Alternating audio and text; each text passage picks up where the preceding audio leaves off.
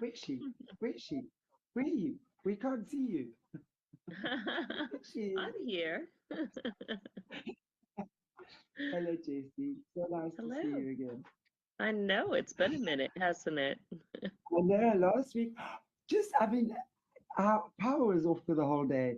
I must say it was a bit of a blessing in disguise, though, because I just got to do so much stuff. It's amazing how when there's no power, everything else that gets put on the back burner just gets caught up with. So I was quite happy about Right, that, but not happy to miss you, though. But very happy to have you back today. How was your last two right. weeks? Wow, lots of shenanigans. I had my big Christmas extravaganza and a special shout out. I had some individuals there that said they came across me first on our show here, and they've been huge fans following us. So, special shout out to those individuals. We made some amazing cookies together. We had an amazing Yeah. family like Christmas and lots of laughter, fun, playfulness. It was exactly what I needed. So I'm sure others enjoyed it too, but I really enjoyed it. Then Wow. I came back. I started 2 nights ago. I've got a 21-day fast going. Not necessarily a food fast, but it's a prayer fast. So for the next 21 days, every day from 5 p.m. to 6 p.m. Eastern, you can go on my website, kingdomlivingwithjessie.com, and join me in the prayer fast. And I'll be the only one praying on there most of the time. So, um, but the Lord's been just moving powerfully. We're asking for vision, for strategy, and for the deeper things for this upcoming year. So many people have been having breakthrough on that so far. So it only will allow the first 100 in, but if you sign up, you always can get the recordings after. So, Wow, that's amazing. Is that all on your website? Yeah. yeah, yep, you'll find it Yeah. under I think it's under the coaching tab, under the 21-day fast. So, Awesome. Lovely. And that's a great idea. I mean, fasting is amazing. yeah. How do you guys fast? How are you going to be fasting? Is it Well, this is just different. Yeah, sometimes the Lord asks me to abstain from certain things. Um, but on this one, he right away gave me Nehemiah 8, which talks about the gathering together. And then there's a verse in there where he said, go and eat. And basically, what he's requiring is just that we show up and seek him in prayer for this one. So, um, right? So it's yeah, whatever works for you, whatever yeah, you just feel. pray, ask the Lord. You know, if he tells you Yeah. to fast from food too, go ahead and do that. But yeah. Awesome. Yay. Well, I think, do we have any other announcements or can we start No, off in that's it prayer? for, Yeah. yeah, that's it for now. So, oh, actually, I take that back. I do have some upcoming things in December that you can sign up for as well. December 6th, I'm going to have a little online Christmas party. So you're welcome to sign up for that on the website. Um, just a little Christmas fun. And then be watching. I'm going to have some more of the coaching and land assignments going up online as well for December and following. So, Perfect. Sounds great. yeah. So I think you want to open for us? Yes, let me go ahead and pray. Heavenly Father, we thank you for this day together, Lord. We thank you for the fellowship that we have here. Lord, I thank you for working all things through. And we just ask, Lord, that you would be with our computers, our airwaves, our internet. We ask that we may just be able to enjoy this conversation, that you would give us knowledge and wisdom and understanding in how the system is working and operating around the world. And with that, Lord, we ask for the grace to be able to give the children of our nations something more, something deeper, Lord. We know that in the magic schools, everything that they learn comes with that guise of power, but really there isn't any power there. It really is a bondage.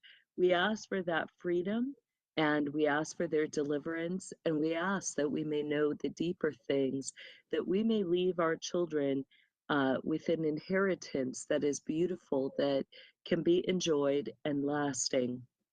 We ask this in your powerful name, Jesus. Amen. Amen. Thank you, Jessie. And thank you, everybody, for joining us. I always love our little Wednesday gatherings, that's for sure. Right. Everybody gathers up, so it's cool. Yay, so we're doing Harry Potter again, part 2. Yes, we are. We're getting into these magic schools, and there's so much with the magic schools. They're really interesting in practice because you have some that um, are gonna be kind of more, I'll say, an exotic type feel. Um, as a child growing up in the hierarchy within the system, you don't know initially that you're going to be getting all this extra education. Um, you know, they make it where at first you're showing up at a regular school, you know that you're going to be signed in. Then you begin your testing, and in that, they take you to a lot of different places because they want to, figure out what are you um, spiritually attuned to. What kind of spirits, what kind of magic, what kind of elementals, what is your energy song, maybe another way to put it, or your soul resonance. And in that, they also are going to be kind of beginning to do futuristic things. They want to know, what is your destiny? What is your potential within the universe? And how can they capitalize on that? So they begin to introduce you to those that, oversee different types of magica schools and training. One of the, largest ones being connected to Laurie Cabot Kent. And even to this day, she still has her hermeneutic schools, even though, she's going to classify it for adults. But many of those students, have been in her schools for a long time. You also had Magica schools in connection to Gloria Vanderbilt and the Greenbrier Academy uh, in near the West Virginia areas, and you have some in Virginia, and then all over the world. They have them in the UK, connected to London. But you get some that are underground, some that sit between spiritual interfaces. Um, so the elements that are brought out in the Harry Potter movies are what children experience as a reality. It shows Harry and the kids like going to a train station, and they use a wall as a gate to get into another place. Um, so some of the things that we're going to look at, we have to ask, what are they trying to tell us about the magic schools? It's my full belief that, the author that wrote the Harry Potter series was highly connected as a high priestess in the system. Rowling, has everything that's in there that is true of the Magica schools. And, you see that come out in the story as she unfolds it with the different characters. There's a few, differences. She kind of has the core group around Harry being about 4 kids, um, within the different regions. And you'll see this in we talked about when we did the decodes for the Pope coat of arms that they show the mitre hat that the popes wear, and you see the jewels in the crown. What are those jewels? They're children. And in the majority of them, you'll see those jewels being red and blue, representing fire and water magic. And you'll see 8 of them. And they pair those 8 children into 4 groups as they begin their training together. And for the, you know, as you get into different circle groups, you'll be introduced with um, your partner to other children in other groups, and sometimes you'll have to work in alliance, other times you'll have to, you know, your enemies, you're going to be fighting and battling, and there's a competition, and you know they're looking for who is the most skilled, who has the most authority, and you'll get, you know, your teachers being parts of those battles as well. Um, you know, there's always multiple teachers, and some of the main categories for the teaching, we've done some past episodes on magic and familiar, familiar spirits and the weaponization of children. So I encourage you go back to watch those episodes because we kind of get into some of the, you know, the elements behind the Magica schools in those previous shows. But you know, some of the things that they're going to teach are going to revolve around, you know, sorcery, divination, necromancy, blood magic. You're going to get alchemy. You'll get into the oracle type things, which kind of gets into the astronomy, being able to read the seasons, the stars. You get into different forms of energy magic pulling, whether that's in the daytime or whether that's in the evening with moon magic. So it just depends on what your position is and what spiritual contracts you have to make in your position. That's going to deal with, you know, your governance, your authority that will be given to you.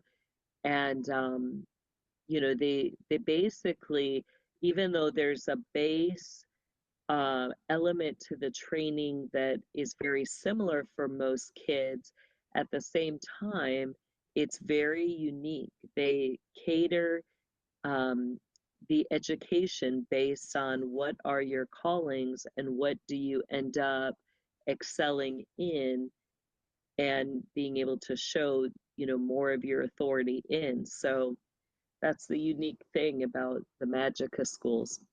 But let's go ahead and start with the pictures here. I'm interested, these Magica schools, you know, what I'm wondering is we're hearing a lot of kids, like, for example, before they go to Montauk, they would be coming from different areas where they basically go through a lot of tests, I guess you could call it, right? To see Right. how good they are at what they do. And then they get sent to, let's say, the place that I know best would be Montauk, right? And I'm sure there are other places like that as well. Would these places be considered magic schools? No, that's more for your training, your projects, your experiments. Right, So they're separate, and that's usually along with your, that's going to start your, what they're going to consider your second year in training. You have your base, which, you know, your base training, which will usually take place at the one of the military bases, whether that's Ragnarok, the South Pole, or Carderock, which is the ocean simulations, the Naval War Center. Those are the most common first year places. Now, in right, that, you're going to be also going through initial contracts in your regional area. So, like the different ones where you're assigned. So, like my first year, you know, we're kind of between Chicago as well as Wisconsin and Wyoming areas. And I was really brought into a lot of the ritual rotation. So being present at all the different areas, seeing a lot of the mass killings, a lot of the mass rituals, partaking in the corn rituals. Um, then your second year is where you're going to start to connect to some of the individual teachers. So my second year was more where you know um, we'd be at Lori Cabot Kent's for special training or Gloria Vanderbilt's for special training. Now that didn't mean that we didn't already experience certain things from those teachers or get introduced to certain places, but they kind of start to have you more at one place or another, or kind of Mm. the best way to kind of describe it rather than one place or another is there really is a rotation in the training. Like, I talk about in the priestess affidavit that I did that includes information about Gloria Vanderbilt, that kind of some of her area of rotation, included areas where she had her different residences. So, you had Biltmore, you had some in Connecticut, you had some in Virginia, some in West Virginia. Some of the stints included going to the Greenbrier Hotel. Then you had others at the different pools, which interfaced with the Alton Tower areas in the UK. Then you had some that, were at the Greenbrier Girls Academy in West Virginia, some out at Bush's Island that was near there, some at the Trans Alchemy Insane Asylum. So they kind of have different training grounds that they're going to rotate the students through in each stint of the training. And, all that training's, the majority of it's done in the spirit world, so there isn't time. It feels like you're there, you have more experiences than just your 8 a.m. to 2 or 3 p.m. I mean, you feel like you've had days and weeks. It's like a boarding school. So you're there, you have all these things happen, and then you return back, and it feels like you've gone back in time, even though you haven't, because there isn't time. And you're finishing off a day at school, right? And you're going home and you're having dinner. And that's really how it feels. You get a lifetime worth of experience every time that you're there. I can imagine. I can absolutely imagine. It must be such a crazy thing coming back from a place, can't even define it as a place, right? A space in time where there is no time, there is nothing of what we understand here. I mean, your mind must travel so far, and then to come back into your limited body and mindset and word set here must Yeah, be quite limited extreme. really is it, because you're not allowed. You're Yeah. you have to live that cover life. You're not allowed to display any magic. You're not allowed to talk about anything that happens there. And all of a sudden, you're very confined. Yet you're still experiencing spiritual attacks at night because they pull you in, in the dream state, or at night they'll do stuff, and you can't do anything to defend yourself from that magically. um, and many kids have to feel like they're put into a position of having to protect their families because, they will target your families, they'll threaten that, and you spend your whole night in warfare and battle, even though you can't use any of your magic or your training that you've been taught. So, really, they're developing discipline with that at the same time, raising you up in spiritual warfare, even though you don't know that's what that is. Wow. And it really is a bit like Harry Potter then. It's like, I mean, and I think you said you didn't watch it, if I'm correct, right? Not the full. I've seen a few of the movies. I haven't read the books. Yeah. I've read the book, but it's that whole where these kids from the magic schools, come home for holidays, for example, as they put it there in the book, and they're not allowed to talk about it or, yeah, engage in magic at all. I mean, Harry Potter himself got into trouble a few times because he was trying to defend himself from exactly the things you're speaking about. So it's interesting how these things have been um, definitely modeled on what truly happens in the system. Yeah.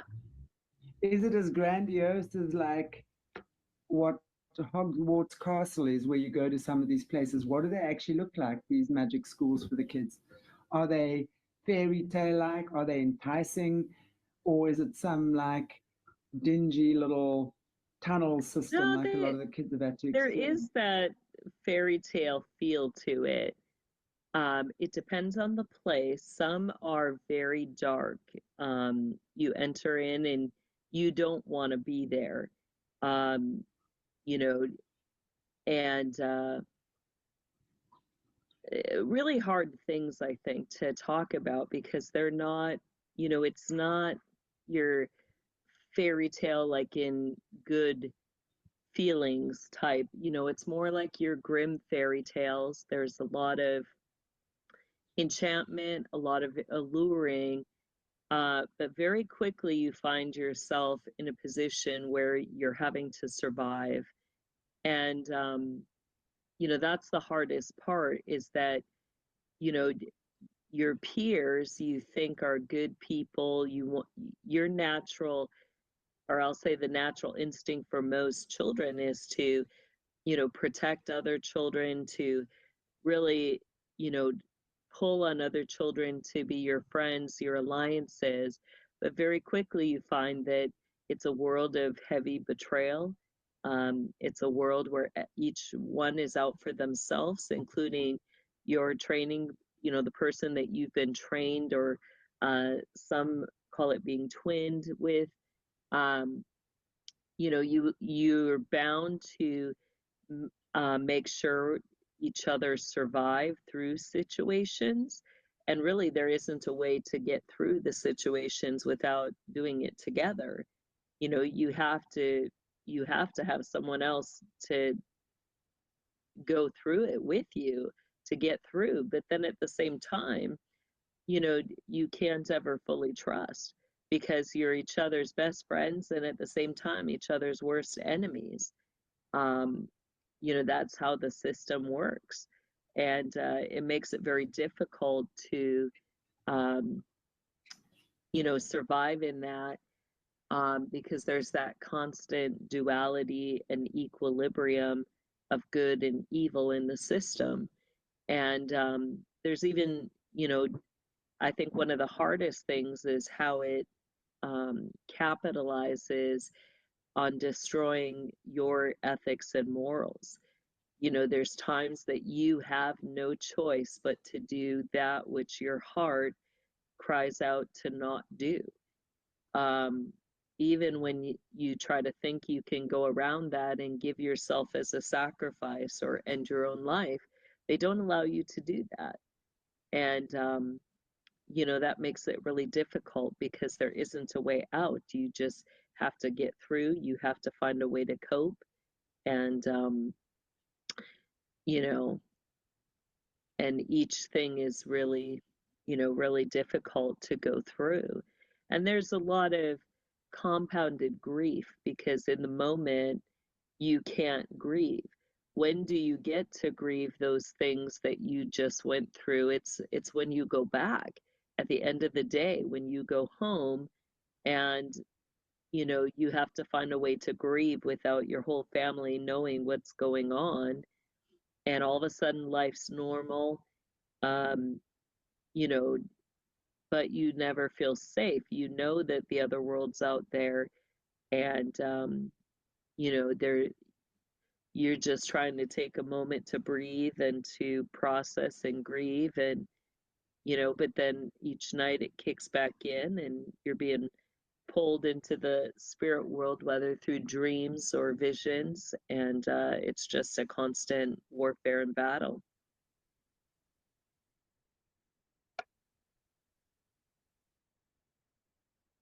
Well, I can imagine that there's nothing pleasant about that. And I mean, even if you just look at what we've been shown as the normies, the Harry Potter stuff, which I think is probably one of the best depictions of what goes on. There's always the dark element that is trying to get the light, right? There's always the evil that's trying to outdo the good. There's always that contest, right? Nothing so egregious as what we've shared on this channel ever comes up in there, right? We've never seen the torture of kids or anything like that. It's really just kids in a classroom setting that have got special gifts and they get taught magic. So it's like normal for them to do magic the way we do the math or ABC, right? So there's nothing so dark that what They always make draws it us. a good twist. Yes, yes, Even exactly. like when they bring out the fantastical creatures, the ogres, the basilisk, all of those. They show you, where it ends up pretty good. You do have one or two people that die in there, but they really cut out the grotesque evil. They don't bring out the fact that those creatures, whether ogres, giants, that they survive off of eating humans. They don't bring that out. Yeah. Um, and worse things than that. And that's, the hard reality as a kid is that, the Grimm fairy tales are based off of, I believe, true stories. He came from an area in Germany where you have a high amount of brotherhood, and they weren't just fairy tales. They were stories of real witches, stories of real families in the system, and they bring out elements of the system, how it works, how it operates. They are used in training, um, and are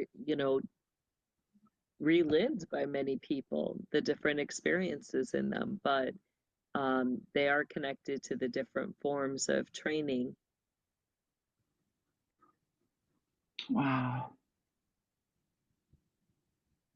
And it's true what you say, no one questions, well, what do these things eat actually?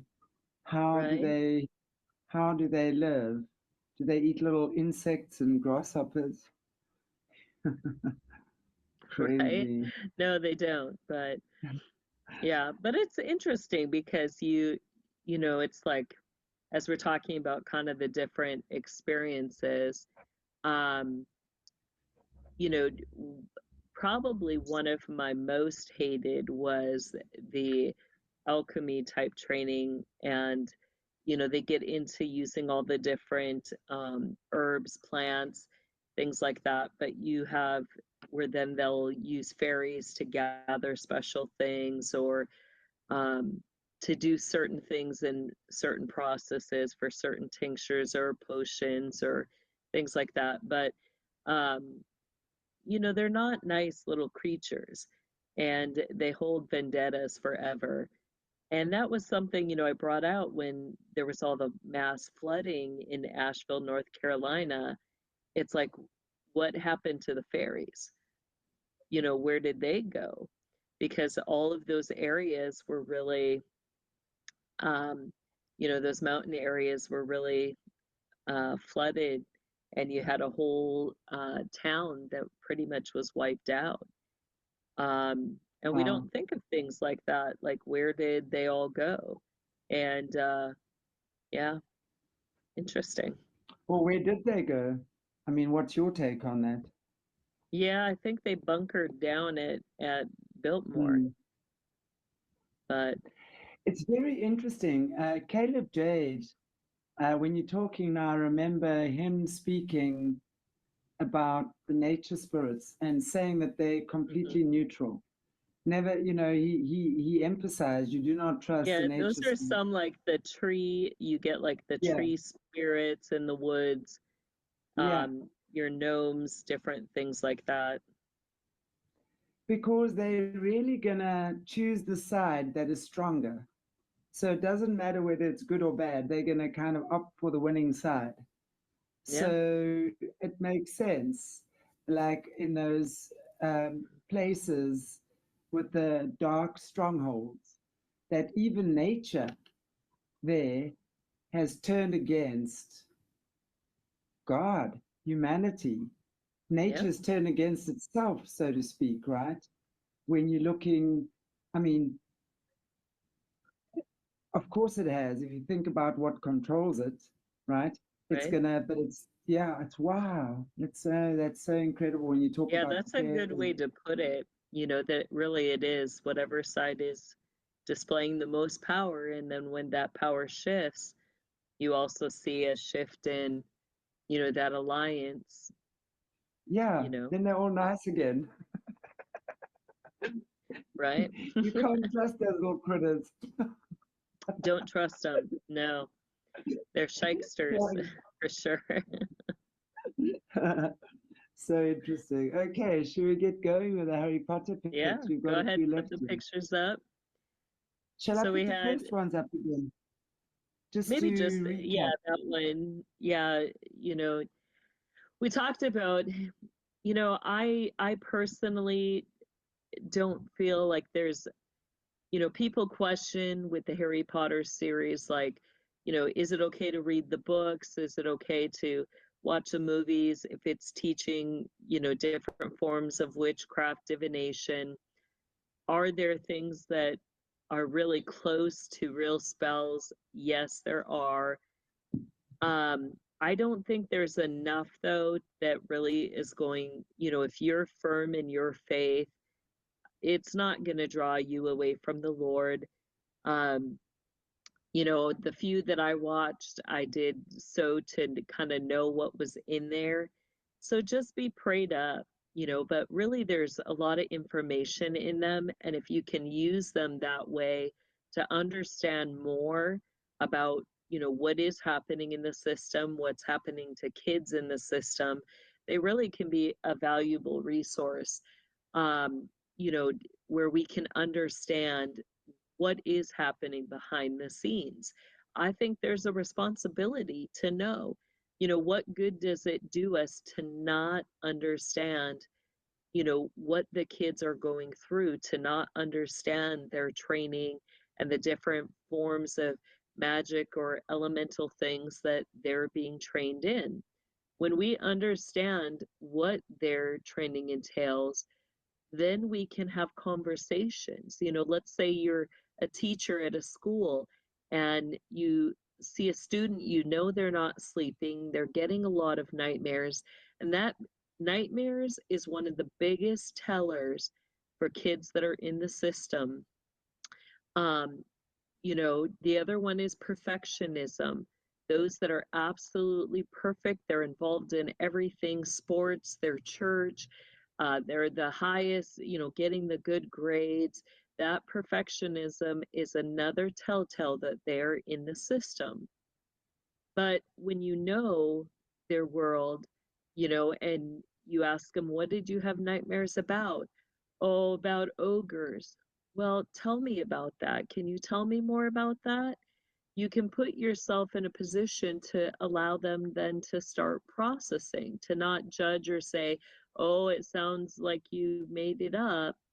You know, you can begin to help them to break that silence through processing. So I think it's a valuable resource, and maybe it's something, you know, um, you can get a group at your church or people, together to do with the purpose of, and maybe this would be a great membership show or something, is to go through, break down the different elements in the different Harry Potter movies, and maybe, maybe we'll do a membership thing on that, Shanti. I think that's a And great idea.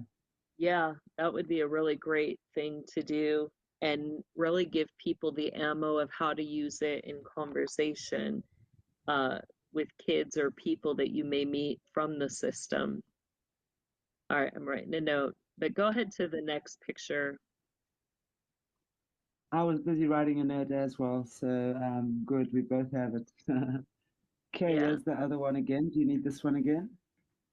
Um, well, we can quick go over that again. We talked about how, these symbols mean things in the system. This one being connected to your sovereign military, your Royal Arc degree. That's one of the base um, entry levels for the different sovereign military order knights or Templars. And this succession, you'll get the Royal Arc. They have to enter in through that circle group before they can become a Rosicrucian. And then that will lead to your Scottish York Rite Freemasons. You have in there, if you look up the Scottish York Rite Mason degrees, you'll see that up to the 30th degree, they have a whole bunch of different circle groups. Some of those are going to include your Princes of Jerusalem, which is, around your 15 degrees. And I did a couple of special reports on the Princes of Jerusalem and get into how they are connected. Those are, in that succession, they can then connect to the councils in the system and the United Nations. Um, so I get into that on my website on the special report. You also have certain individuals serving in our government right now. You'll see the Order of the Brazen Serpent, and you can see what their symbol is that they use. So each of these symbols, have meaning to them and connects with different contracts that they make. Um, so go ahead to the later ones that we haven't got to cover yet. Okay, just give me a minute. I'm just interested. I want to just actually put this one up of Voldemort, which I want to find it here quickly, which to me was interesting. And I said to you, look, it's like they've given him a pig's nose. And you've often spoken about that in part of like the demonic, how they do these chimera type things in the womb already. I Yeah. mean, do you think there's any relevance to that Well, there? you also get it too with the serpentine spirits. You'll get different features that some of the changeling spirits can cause with individuals that are bound by them, um, where they're able to change their physical appearance. So, the nose changes usually will come with the serpentine type spirits. And then you could have like horns for the bull or like ram's horns for the more of your goat type spirits. But like you have Baal, Molech, Samael, all those are going to have horns. Lilith, Ashtaroth all have forms with horns. Um, so you'll see them displaying themselves in different manners. But Sure. yeah. Okay, I think this is where we begin. Here we go, Yeah, the so ogre. ogres. Um, this really is how it is as a kid. In the training, you will be in the oddest places, and they use a lot of the churches, they use a lot of the old schools or ancient type buildings or places, and some of the places, they'll look like they're torn down in real life, like there's just remnants, like your Temple of Artemis in J. Jordan. At first glance, or as you're a tourist, you're going to go you're going to experience a rundown ancient place. But in the spirit world, those places are very much still operating and in their full form. So you'll just end up these places and you'll have different experiences, different things happen. And like here in Harry Potter, they run into the ogre in the bathroom at the school. And then, these creatures are, going to interact, not always for the good. Uh, Many of them are bent on destruction. So, um, you know, you quickly find yourself having to protect each other, having to figure out how do you gain control of these creatures and, what do you do? How do you um, get rid of them or, get yourself out of the situation? So, yeah, it gets interesting. Um, I think the largest creatures that they have, besides your dragons, are going to be your giants. Your ogres are pretty big. And, in your training, you're going to learn the specifics about these creatures. There's certain things that, skills and abilities that they have as well. Um, your ogres are really good on hearing. You have your giants that are really good at smell.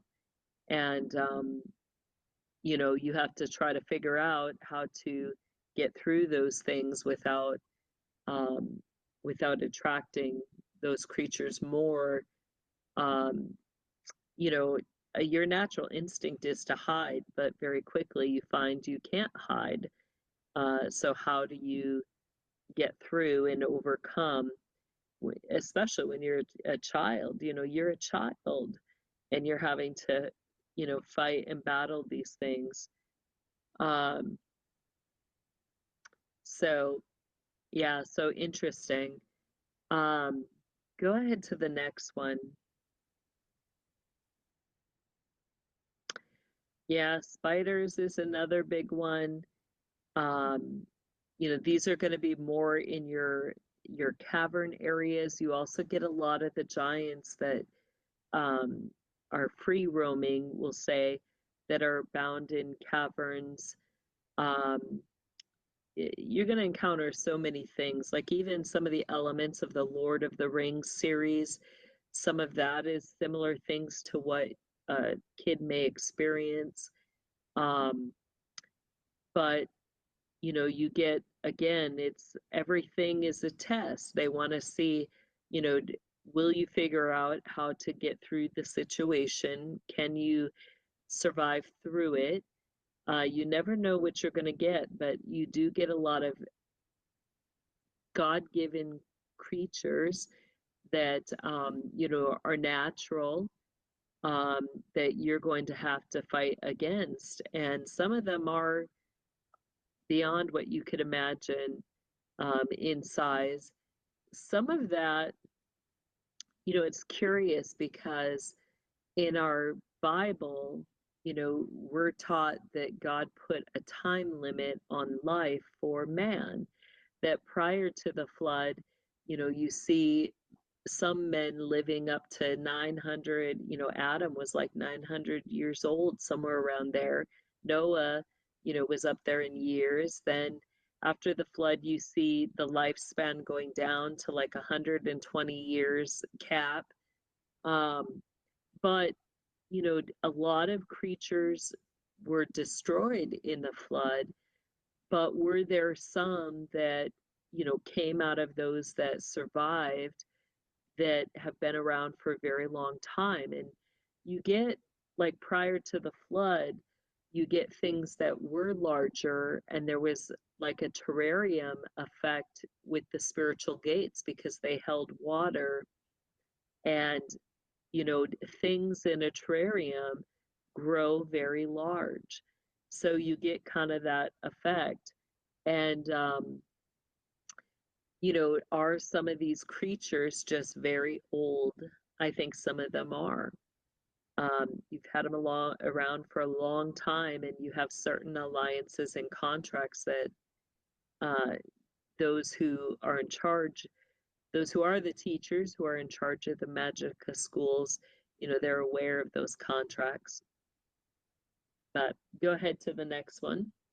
I actually have a question on that Yeah, because go ahead.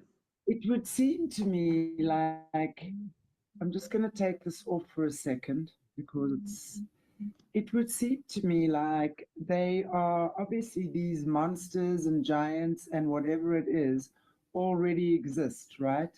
They Yeah, already exist in wherever they inhabit. So it's not like the cabal, call them the cabal for want of a better word right now, is creating these monsters. These monsters are already there. So what these some. guys are doing, Yeah, but sorry, some they breed. Some, but some okay, they breed. yes, They do no, make sure, special hybrids. no, I get that.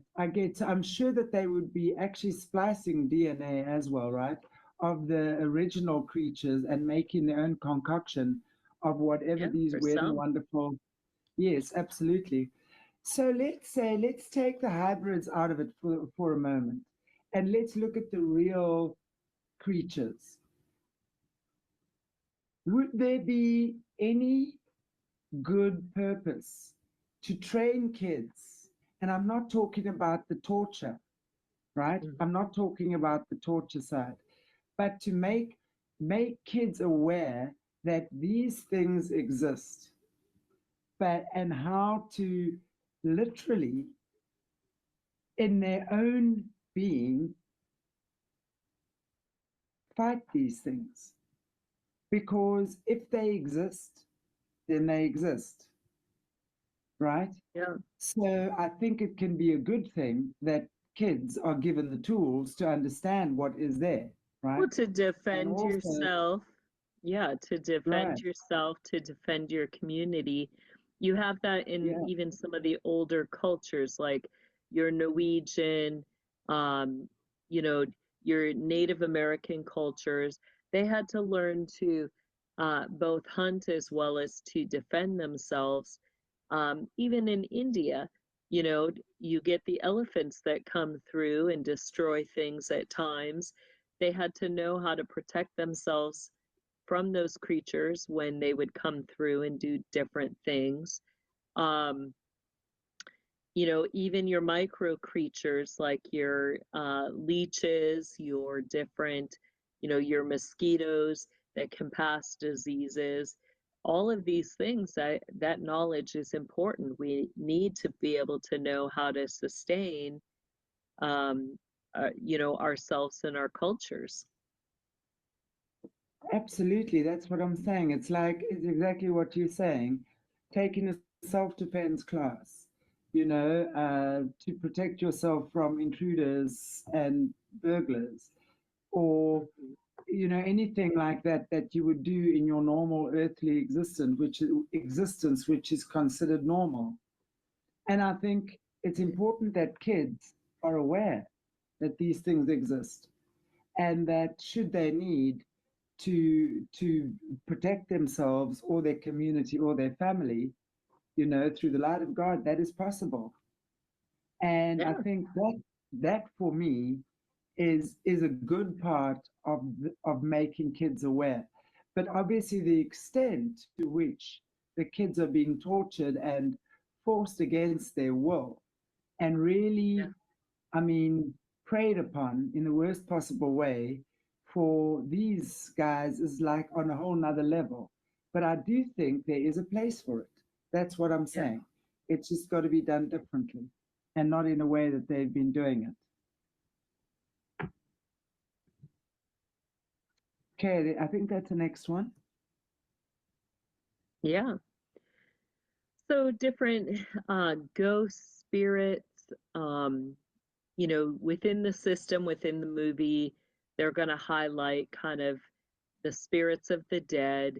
That's going to get into necromancy. And you have a lot of different forms of necromancy in the Magica schools. Um, it's my personal belief that it's not really the dead. that really it's the different spirits. You get a lot of spirits that are going to be hanging out at the Magica schools, especially your little, I call them the little chicken SHITs. Um, and they've watched, their job is, has always been to tempt, to, bring destruction, to bring, kind of help to gain the legal ground for the larger stronghold spirits like your principalities. um your little chicken spirits are going to tempt in the areas of lust, of wrath, of envy, gluttony, jealousy, greed, pride, right? And in that they gain the legal ground. And they're going to keep it because they want to have, the more unrighteousness there is, the more times they can get us to sin. That then allows the principalities to place a stronghold. And that stronghold is not just in our lives, it actually is also on the land. So they want to have those strongholds. So, um, but what they're going to teach about the necromancy at the in the system is that, there is an elevating of those they consider forefathers, especially those engaged in different forms of magic, and that's going to include your regular magic, your divination, your sorcery, um, your witchcraft. Um, with the necromancy, they're going to get into the past teachers, past individuals within the system, and it's not always your common people. They're going to go back in history and pull out those that were behind the scenes, and you'll only learn of those individuals, if you're attending those and if you seek out to know who all the faces on the walls are. Now, in that, though, too, it's a way to draw you into certain connections. They have some of the connecting vaults. They're going to be called forefather vaults, where they've preserved the mind or the head or the body of some of these individuals. I'll put it, the Masonic department has been good to do that. Um, and a lot of it now they're doing through medical science, making it look like people have donated their minds for certain things in medical science. Um, but they, you know, as you're walking through hallways, you'll see pictures, and then there'll be like a drawing, the spirits will reach out to try to communicate with you, and they're looking for who's going to open that door, who's going to start to seek them. That gets into the divination. Um, you seek for answers, you seek for directions. You'll get, and it's really sly how it happens, because, you'll find yourself in a bad situation, you'll just get out of it. You'll be walking through a hallway, and all of a sudden there's a spirit there saying, you know, that's not the direction you should go in. And they just kind of leave it there. And then you're stuck, like, do you listen to the spirit or not? So that's where, it starts to pull you into that seeking for the answers through the spiritual connection. So that's, a way that they'll try to develop your psychic abilities and skills and see what you do in those situations.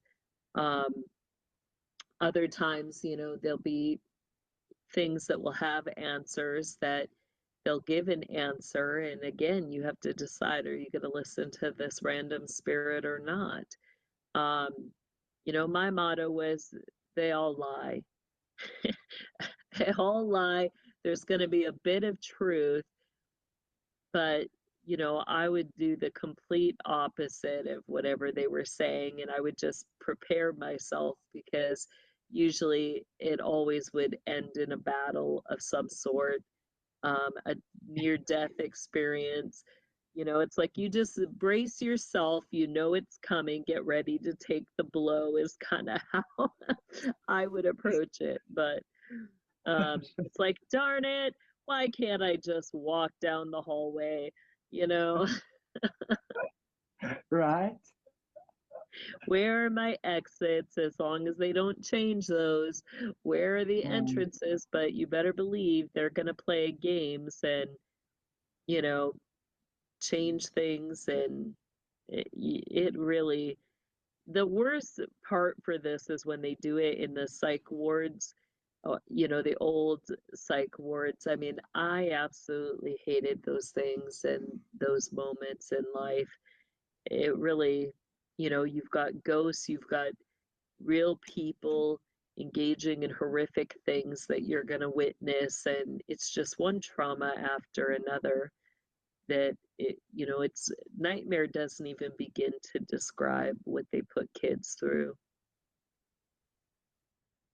yeah, I believe that. Sure. Yeah, go ahead to the next one. Here we go. Yeah. Yeah, so there are real places where they have these ancient heads like that. That was a common way that they would display that there was a god in the place. Um, but you also have, like we've talked about Mechlon, so that's one of the areas where, you know, they have a carve out um, in the rock, and then you actually have the mouth or the opening being connected to a infernal place and a fiery furnace. So many of these areas, you know, they would have something that would pour out through the mouth, whether that, you know, under the water, it's going to be connected to water. Um, so some are water, some are fire. You never know exactly what you're going to get. Um, and then, you know, you will have creatures that live in those places, boscalis or uh, like you have your serpentine dragons like that, where we'll have a dragon's head and a serpent's body. I've talked about the one that was in the UK connected to the royal palace. They were ones that had to take care of one such creature. um, I've talked about the pit on Epstein Island. That was another place. They had a creature like that. It was a neither place. They weren't boscalis, but they were just like similar to the boscalis. Um, the things with the boscalis that they bring out in the movie is that if you look at it in its eyes, that you'll die. Um, so you have to, you know, fight a creature basically using your other senses without looking at it. Um, your Medusa spirits are another one where, you know, you can't look in the eyes or you'll be turned into stone. So, and these are questions we should ask, like, how do, you know, we think of like what we have today. Certainly, our architecture today, there's a vast change. Why do we not see the extravagant architecture like we did, like we do in the past? You know, I mean, look at Biltmore, just for example. Look at how many stone gargoyles there are.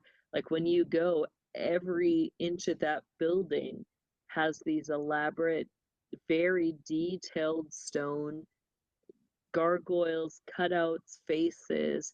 Why do we not see that today? Is it really because there's an element of magic? And is it really because there's a combining in the spirit world? And, you know, are they able to encapture real living beings or persons in stone or in the buildings? They are. And so I would propose that's why we don't see the same type of architecture today, because not all of the buildings today um, are, I guess, what we would call magic buildings or buildings interfacing with the spirit world or, you know, made with magical skills.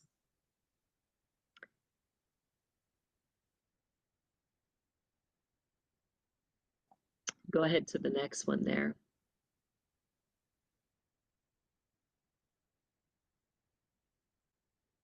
Yeah, so different teachers in the system, um, they're going to be in charge of teaching different things.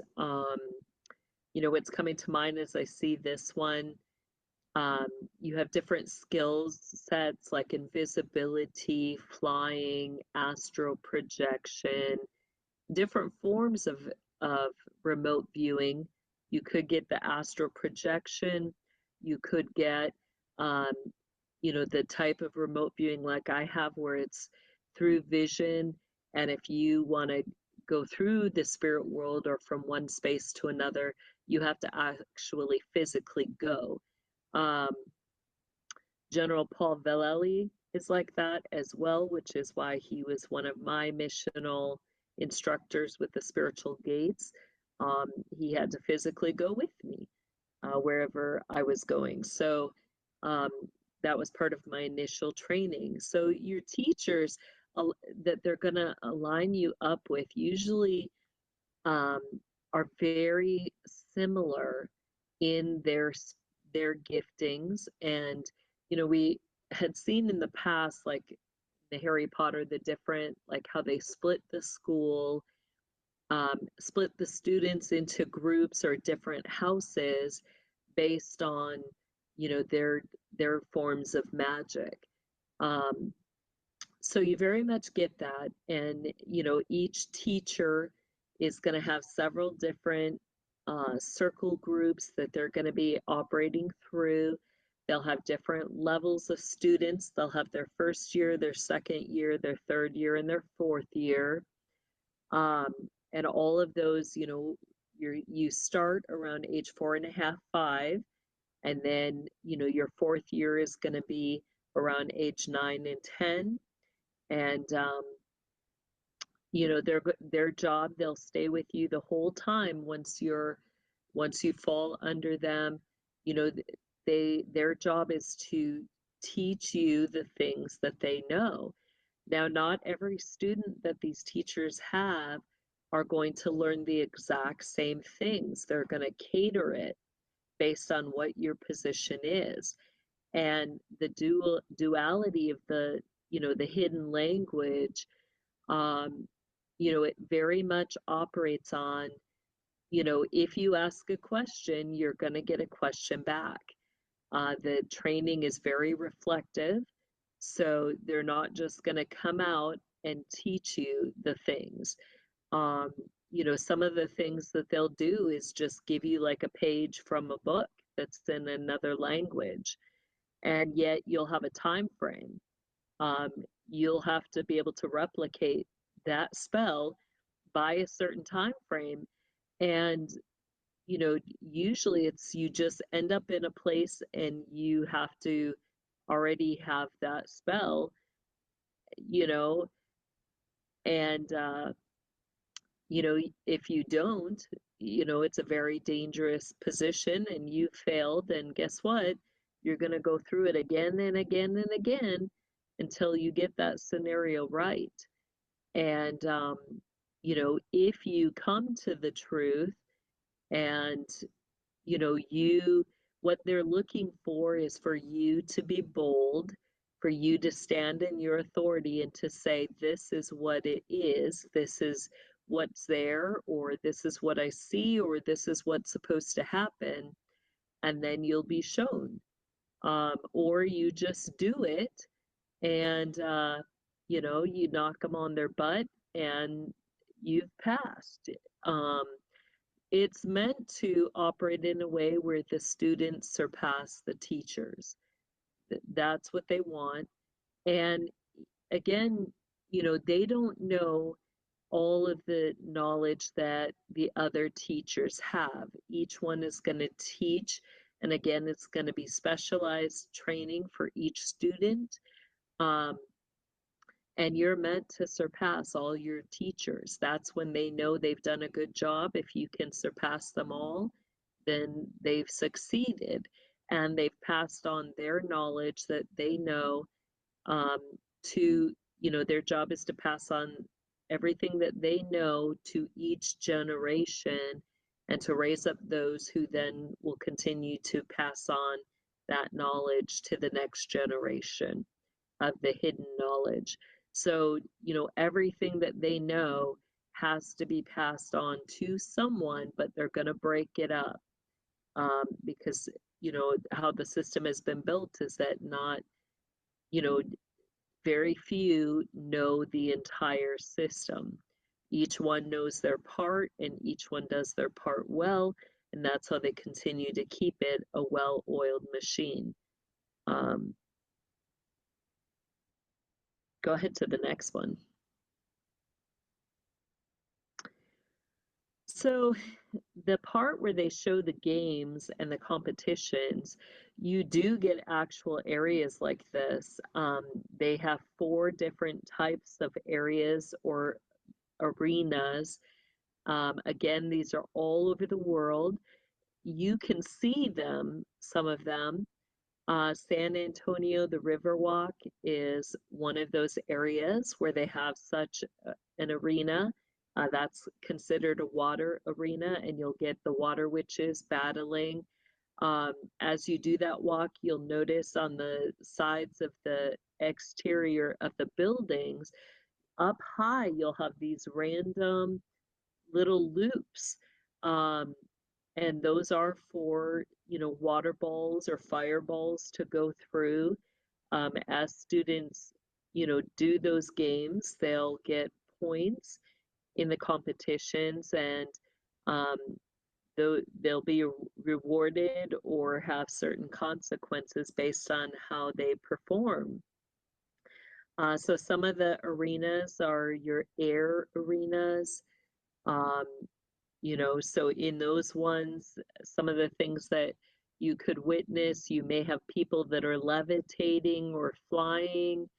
You may have, in those ones, you might have broomsticks that are being used or dragons that are being used, to ride on.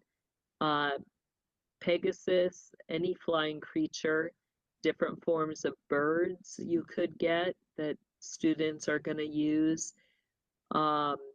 Each obstacle or arena is going to have different game objectives, and those objectives can change. So if you're creating things while you're going through this, you could get extra points, and they're looking for the creativity, the innovation, and the manifestation. What can you manifest? How can you use it? So some of your other battlegrounds could be, infernal or fire. You could have battlegrounds under the water or in the water. Like I've talked about with some of the military things with Leviathan at Ragnarok. You would get, where they would have you pick creatures, and then the next time you pick the creature, all of a sudden you're in the water with that creature battling. So different places. You get earth battles as well, using earth as the main elements. Go ahead to the next one there. We're done. Oh, that's it. All righty. We're done. Well, a good introduction to some of the Magica schools.